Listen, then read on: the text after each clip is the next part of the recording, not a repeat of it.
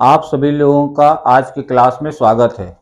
आज की क्लास में हिस्ट्री में चैप्टर जो 5 है, pastoralist in the modern world, उस चैप्टर का जो सेकंड पार्ट है, आज हम उस पार्ट की चर्चा करेंगे जिसका नाम है पेस्टोरलिज्म इन अफ्रीका।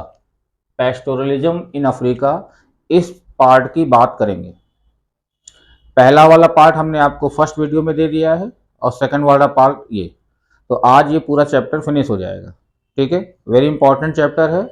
तो हम लोग इस चैप्टर में पेस्टोरलिस्ट जो है अफ्रीका के बारे में जानेंगे। आई बस में आइए चलते हैं हम लोग ब्लैक बोर्ड में। देखिए लिखा है पेस्टोरलिस्ट पेस्टोरलिज्म इन अफ्रीका, ये है आपका टॉपिक।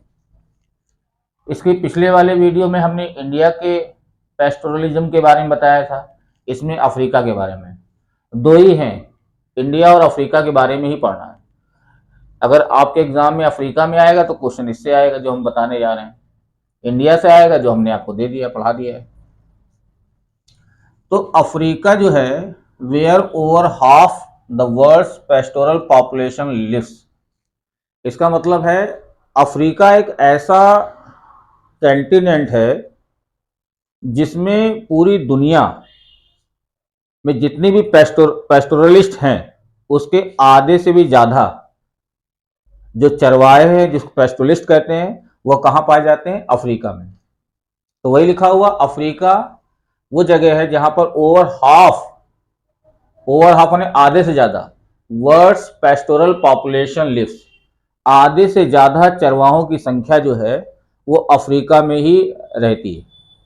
समझ सकते हैं कितना इंपॉर्टेंस है अफ्रीका कंटिनेंट के लिए चरवाहों का। कहा जाता है इनकी संख्या जो है 22 मिलियन अफ्रीकन है। तो अफ्रीका में जो चरवाहों की संख्या है उसको कैलकुलेट किया गया है अप्रॉक्सीमेट 22 मिलियन अफ्रीकन, जो टोटली डिपेंड हैं। किस पे डिपेंड है? अपने जो कैटल्स पर, अपने जो कैटल्स का जो हर्ड होता है, जो समूह होता है, वो डिपेंडेंस है। तो बात समझ आ रही है।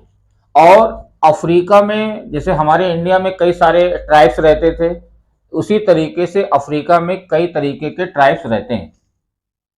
उसमें ट्राइब्स क्या है? बेदोइंस है, एक ट्राइब्स है बेदोइंस, दूसरी है Berbers, Maasai, Somali, Boran and Turkana. ये जो है ये ट्राइब्स हैं। These tribes lives in Africa.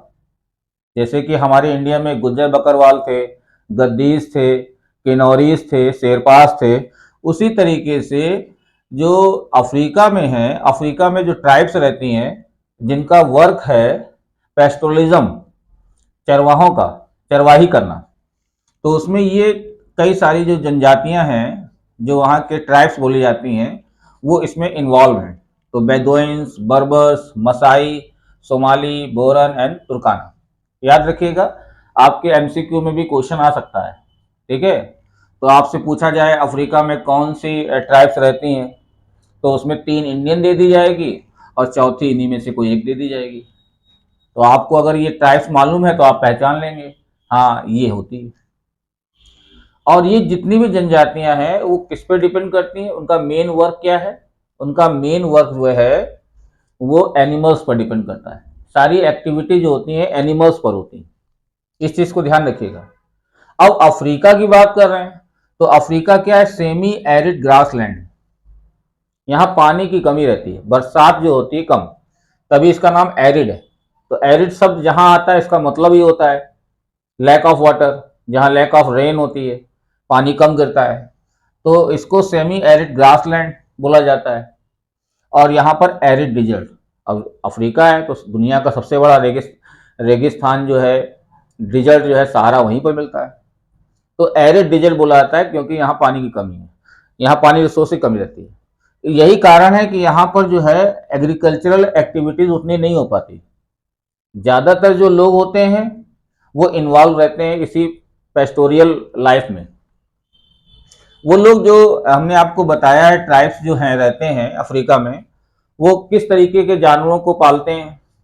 उसमें केमल, ऊँट भी होते हैं, गोट्स होती हैं, शीप होती हैं, डंकीज होती हैं। अब इनका ये पालने का मतलब क्या, कैसे इनकम होती है, अर्निंग क्या है, व्हाट इज द अर्निंग। हालांकि इसके अलावा भी वो ट्रांसपोर्ट वर्क कर लेते हैं, छोटे मोटे ट्रेड कर लेते हैं, दूसरे शहरों में जाके कैजुअल वर्क कर लेते हैं, ठीक है, और दूसरे करते हैं, लेकिन मेन वर्क यही रहता है, पेस्टोरियल लाइफ।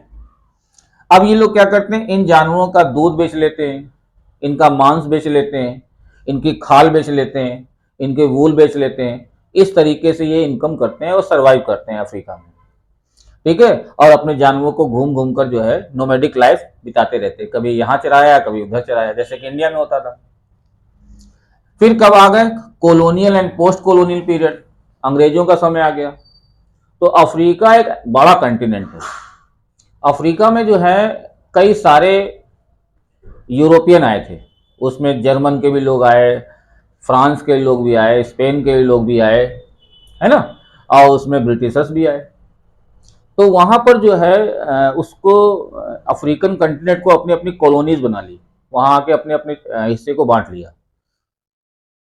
तो इसमें हम आपको बताएंगे मसाई कम्युनिटी के बारे में। हालांकि कई सारी कम्युनिटीज रहती हैं, लेकिन आपके बुक में जो एनसीईआरटी बुक में है उसमें मसाई कम्युनिटी को बताया गया है। तो मसाई कम्युनिटी कहाँ रहती है, ईस्ट अफ्रीका, पूर्वी अफ्रीका में रहती है। और जहाँ पर पूर्वी अफ्रीका में साउदर्न केन्या में इनकी संख्या 3 लाख है, और वहीं पर तंजानिया में इनकी संख्या कितनी है, 1.5 लाख। याद रखिएगा इनकी संख्या के आधार पे। तो जितने भी मसाई कम्युनिटी के लोग हैं, आप पिक्चर में देख सकते हैं, आपको अफ्रीका कंटिनेंट का पिक्चर दिखाया गया है। उस पिक्चर में छोटा सा जो बना हुआ है, उस ब्लॉक में आप देखेंगे वहां पर मसाई लिखा होगा। उस मसाई कम्युनिटी में जो है 3 लाख साउदर्न केन्या में रहते हैं, 1.5 लाख तंजानिया में आते हैं, ऐसा बटा हुआ है।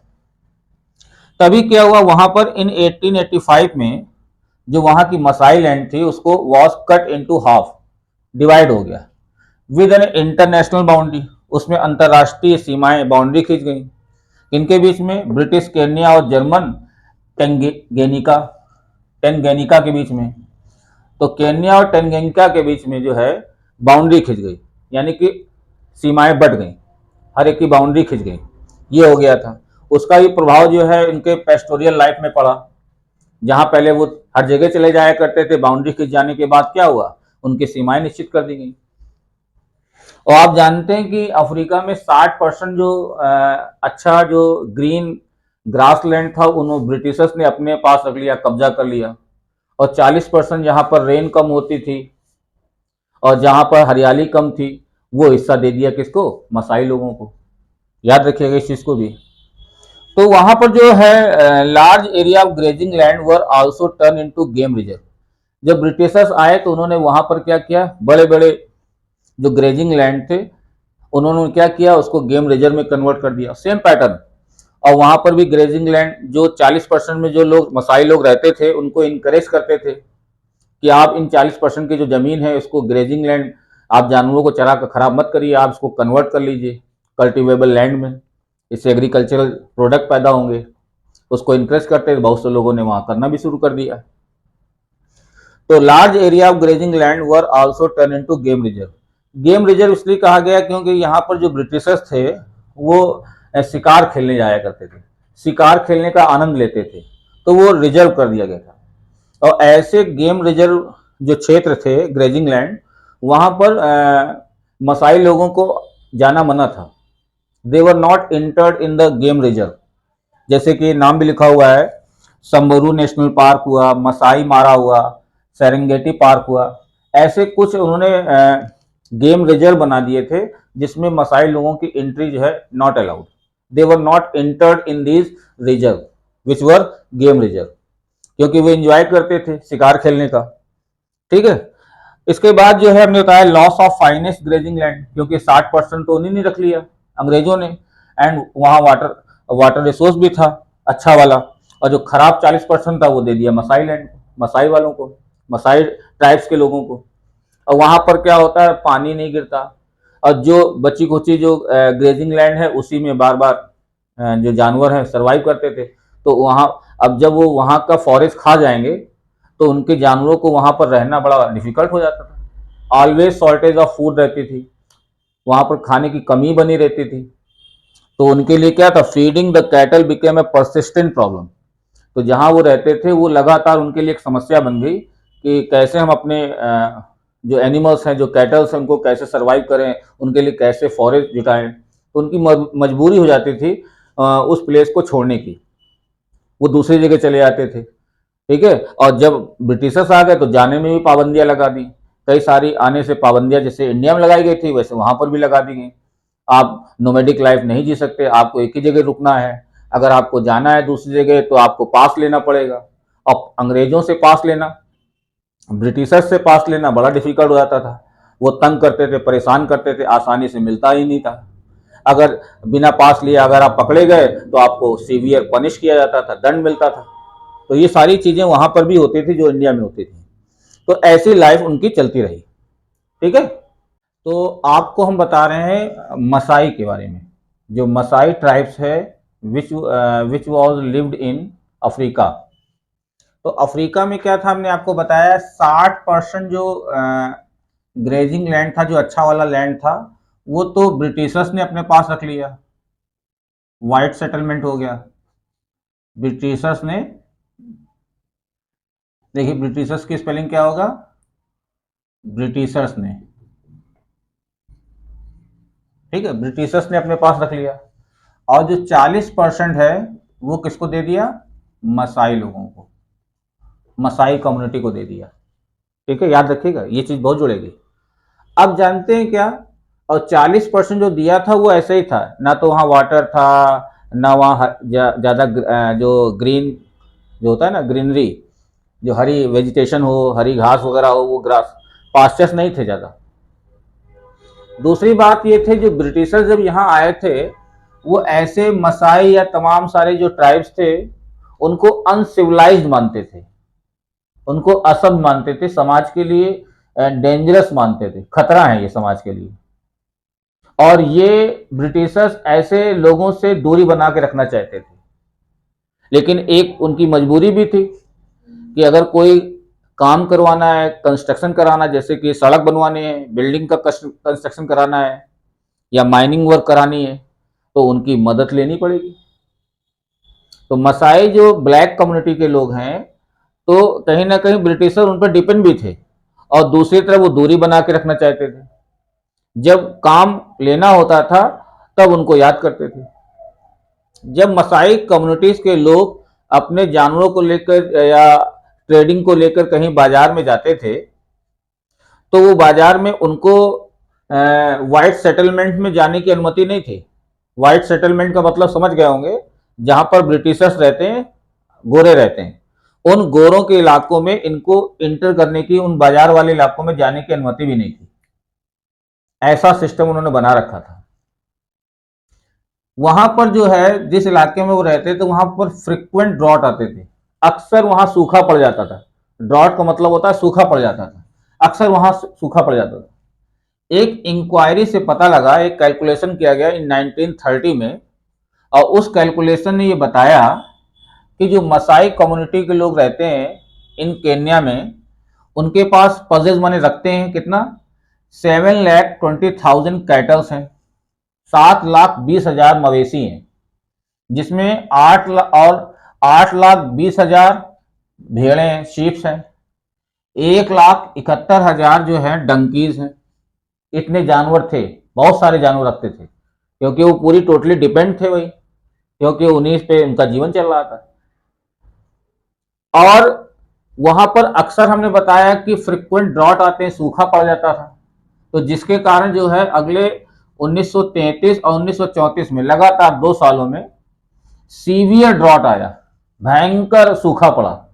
और उस भयंकर सूखे पड़ जाने से जानते क्या हुआ, इनकी जो जानवर थे, जो उनके कैटल्स थे, वो आधे से ज्यादा तो मर गए उसी सीवियर, जो लगातार 2 सालों में, 1933 में, फिर इसके बाद 1934 में जो ड्रॉट आया, आधे से ज्यादा उनकी पॉपुलेशन खत्म हो गई, मर गए, जानवर मर गए थे। अब मसाई, अब एक चीज इसमें बहुत इंपॉर्टेंट है, पूछी जाती है मसाई सोसाइटी के बारे में। तो मसाई सोसाइटी जो थी वो डिवाइडेड थी 2 सोशल ग्रुप में, 2 सोशल ग्रुप में। एक ग्रुप को बोलते थे एल्डर और दूसरे को बोलते थे वॉरियर। इनके बारे में भी समझ लीजिए। उन मसाई कम्युनिटी में जो उम्र में बड़े होते थे, एज में जो बड़े होते थे, उनको एल्डर कहा जाता था। और जो यंग मैन होते थे, नौयुवा पीढ़ी होती थी, उनको वॉरियर बोला जाता था, योद्धा। दोनों के काम अलग अलग बटे हुए थे। जो एल्डर्स थे वो अपनी कम्युनिटी में कोई अगर डिस्प्यूट हो जाता है, कोई अफेयर से कोई मामला है, तो उसकी सुनवाई वही करते थे और उन्हीं की बात मानी जाती थी। तो एल्डर्स जो थे, जो उम्र में बड़े लोग बनाए जाते थे, तो उनकी बात को वहां पर जो भी मामले होते थे उनके कबीले के, उनके ट्राइब्स के, कभी कभी झगड़ा हो जाता है आपस में ट्राइब्स में, या किसी बात को लेकर अफेयर मामला रखा जाता है, तो इन्होंने एक काउंसिल जो होती थी, सभा, उस सभा में ये एल्डर्स बैठा ले जाते थे और इन्हीं की बात मानी जाती थी। तो यंगर्स को भी इन्हीं की बात माननी पड़ती थी, वॉरियर भी। दूसरी तरफ वॉरियर जो थे, उनका क्या काम था? उनका काम था अपने कबीले की, अपने ग्रुप की जो है रक्षा करना, प्रोटेक्शन करना, और साथ ही साथ दूसरे कबीले के जानवरों को छीन लाना। लिखा नहीं है, raiding was important in society. Raiding माने रेड करना, छीनना। Important society where cattle was wealth, क्योंकि जिसके पास जितने ज्यादा जानवर होते हैं वो उसका वेल्थ माना जाता है। तो जब इन लोगों की परंपरा थी, अपने को बेटर दिखाने के लिए, अपने को अच्छा दिखाने के लिए क्या करते थे, ये दूसरे कबीलों के जानवरों को छीन लेते थे और अपने कबीले के जानवरों की संख्या को बढ़ाते थे। इससे उनकी गरिमा बढ़ती थी, उनको अपने आप को सिद्ध करते थे कि हम वॉरियर हैं, तभी तो वॉरियर हुए। तो इसको प्राथमिकता एल्डर भी देते थे। तो ऐसा काम था वॉरियर का। एक काम था तो अपने कबीले की रक्षा करना, प्रोटेक्शन करना, और दूसरा काम था दूसरे कबीलों के जानवरों को छीन लाना। जो छीन लेता था वो योद्धा कहलाता था, वो उसकी तारीफ की जाती थी। उनके जो एल्डर्स थे उनकी तारीफ करते थे, देखो हमारे युवा हैं, वॉरियर्स हैं, जिन्होंने एनिमल्स को, दूसरे कबीलों को छीन के ले आए, लड़ाई लड़ी। तो इनका लड़ाई लड़ना, दूसरे के जानवरों को छीन लाना, यही इनका काम था। अब क्या हुआ, वहां पर जो ऐसा सिस्टम चलता था, वहीं पर ब्रिटिशर्स भी थे। आपको मालूम है ब्रिटिशर्स ने गवर्नमेंट बना रखी थी। तो ब्रिटिशर्स ने क्या किया, जो ब्रिटिश गवर्नमेंट थी, अब धीरे धीरे ये जो तमाम सारी वहां बंदिशें लगा दी ब्रिटिशर्स ने, कि भाई, उन्होंने क्या यहां लिखा ना, britisher impose various restriction on raiding and warfare. उनकी लड़ाई पर, उनके लूटने पर, छीनने पर जानवरों पर रोक लगा दी, प्रतिबंध लगा दिए। तो उनका काम तो अब प्रतिबंधित हो गया, अगर करेंगे तो ब्रिटिशर्स गवर्नमेंट उनको दंड देगी। तो ये चीजें उन पर रिस्ट्रिक्शन लग गई, पाबंदी लग गई, तो उनका काम तो बैठ गया। अब उन्होंने क्या किया, तो उनका जो सिस्टम था, वेल्थ जो जानवरों की थी वो कम होने लगी। तो उन्होंने अपने छोटे छोटे सब ग्रुप बना लिए, छोटे कबीले बना लिए, और हर एक कबीले का अपना चीफ बना लिया, मुखिया बना लिया। अब उस मुखिया की जिम्मेदारी होती थी अपने कबीले की देख रेख करना, जो भी चीजें हैं, खाने पीने की जो भी है, वो सब उस मुखिया की जिम्मेदारी। तो वो तमाम सारे सब छोटे छोटे कबीलों में बढ़ गए। ऐसा यहाँ अफ्रीका में होता था। उन्हीं और यहाँ ब्रिटिश गवर्नमेंट क्या करती थी, कॉलोनियल गवर्नमेंट, वो ऐसे मुखिया अपॉइंट कर देती थी अपनी तरफ से, एक तरह से सरकारी नौकरी पर रख लेना। तो कॉलोनियल गवर्नमेंट ने तमाम सारे ऐसे चीफ को, मुखिया को अपॉइंट किया, जो इनको सैलरी दी जाती थी। ब्रिटिशर्स गवर्नमेंट जो है, ब्रिटिश गवर्नमेंट उनको सैलरी देती थी, और जिससे उन्होंने काफी लिखा नहीं, of an accumulated wealth over time. जैसे समय बीतता गया उनको सैलरी तो पक्का मिलनी ही मिलनी हर महीने, तो उस सैलरी से वो उन्होंने काफी पैसा कमा लिया। समझ में आ रही है? तो अगर कोई डिवास्टेशन या कोई ड्रॉट वगैरह आता था तो उनके पास कमाई का जरिया था कि ब्रिटिशर्स से पैसा मिल रहा है, तो इस तरीके से वो बुरे समय में भी सरवाइव कर लेते थे, क्योंकि उनको एक पैसा मिल रहा है। अब इन लोगों के पास दो तरीके से इनकम हो रही है, एक तो ब्रिटिश गवर्नमेंट से सैलरी मिल रही है, ठीक है, और दूसरा non pastoral and pastoral work भी कर रहे हैं।